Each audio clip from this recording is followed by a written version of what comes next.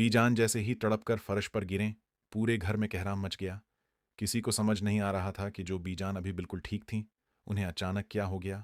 खुशी और सुकून वाले घर में पल भर में सफ़े मातिम बुझ गई। बीजान बेहोश पड़ी थीं और शमसा के चेहरे का रंग सफ़ीद पड़ चुका था, क्योंकि वो जानती थी कि उस सब की जिम्मेदार वही है।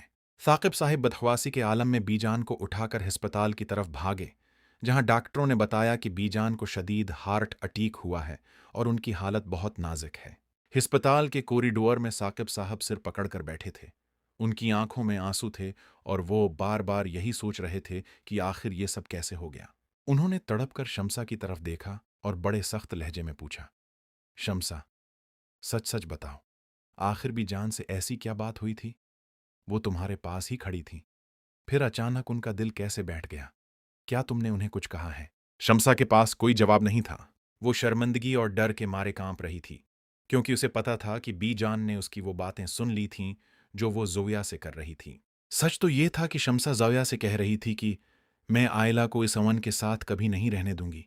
मैं अपनी बेटी को इस 2 टुके के लड़के से बहुत जल्द खला दिलवा दूंगी, चाहे उसका घर बसने से पहले ही क्यों ना अजड़ जाए। बी जान, जिन्होंने आयला और अवन का घर बसाने के लिए अपनी तमाम जायदाद तक दांव पर लगा दी थी, अपनी ही बहू के मुंह से इतना जहर सुनकर सदमा बर्दाश्त न कर सकें और वहीं ढेर हो गईं।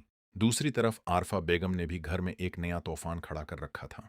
आरफा ने रमला और शामी को ये खबर सुना दी कि बीजान ने सब कुछ सच सच बता दिया है कि आयला के कमरे में शामी को भेजने वाली रमला थी। रमला ने बड़ी ढटाई से जवाब दिया, मुझे इस बात की कोई परवाह नहीं है और आपको भी नहीं होनी चाहिए। आरफा ने तड़क कर कहा, अब तुम्हें पता चलेगा। इसी हरकत की सजा देने के लिए हमने इसी जमहा को तुम्हारी रुखसती शामी के साथ रख दी है। ये सुनते ही रमला और शामी के पैरों तले से जमीन निकल गई। रमला तो अवन को पाने के ख्वाब देख रही थी, मगर अब उसे जबरदस्ती शामी के गले बांधा जा रहा था। इधर आयला और अवन के छोटे से घर में आयला तेज बुखार में तप रही थी। अवन अपनी नींदें हराम करके उसका ख्याल रख रहा था। अवन ने थके हुए लहजे में आयला से कहा, आयला, मैंने सुबह से कुछ नहीं खाया, बहुत भूख लगी है। तो आयला ने कड़वाहट से जवाब दिया, तो मैंने तुम्हारे हाथ तो नहीं पकड़े हुए थे ना, खुद खा लेते। आउन खामोश रहा। उसका जब्त उसे आयला से लड़ने नहीं दे रहा था।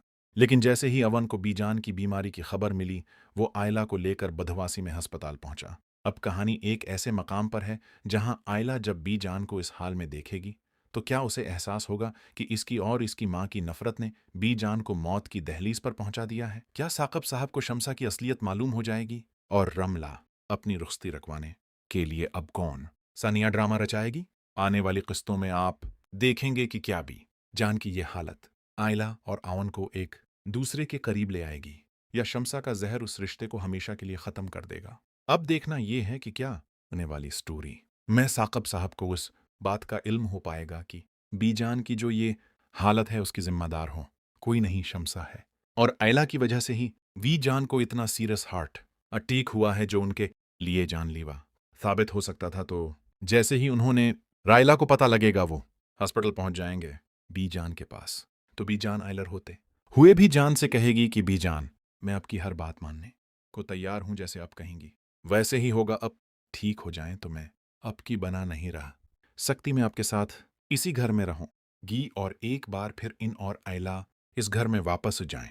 गे और रमला और हितशाम को फिर से मौका मिल जाएगा आयला और आयला और ऑन को अलग करने का। अब देखना यह है कि इतने सीरियस किस्म के हार्ट अटैक के बाद भी जान जो है वो सरवाइव कर पाती हैं। ये अपनी जिंदगी की बाजी हार जाती हैं। अब लोगों को क्या लगता है?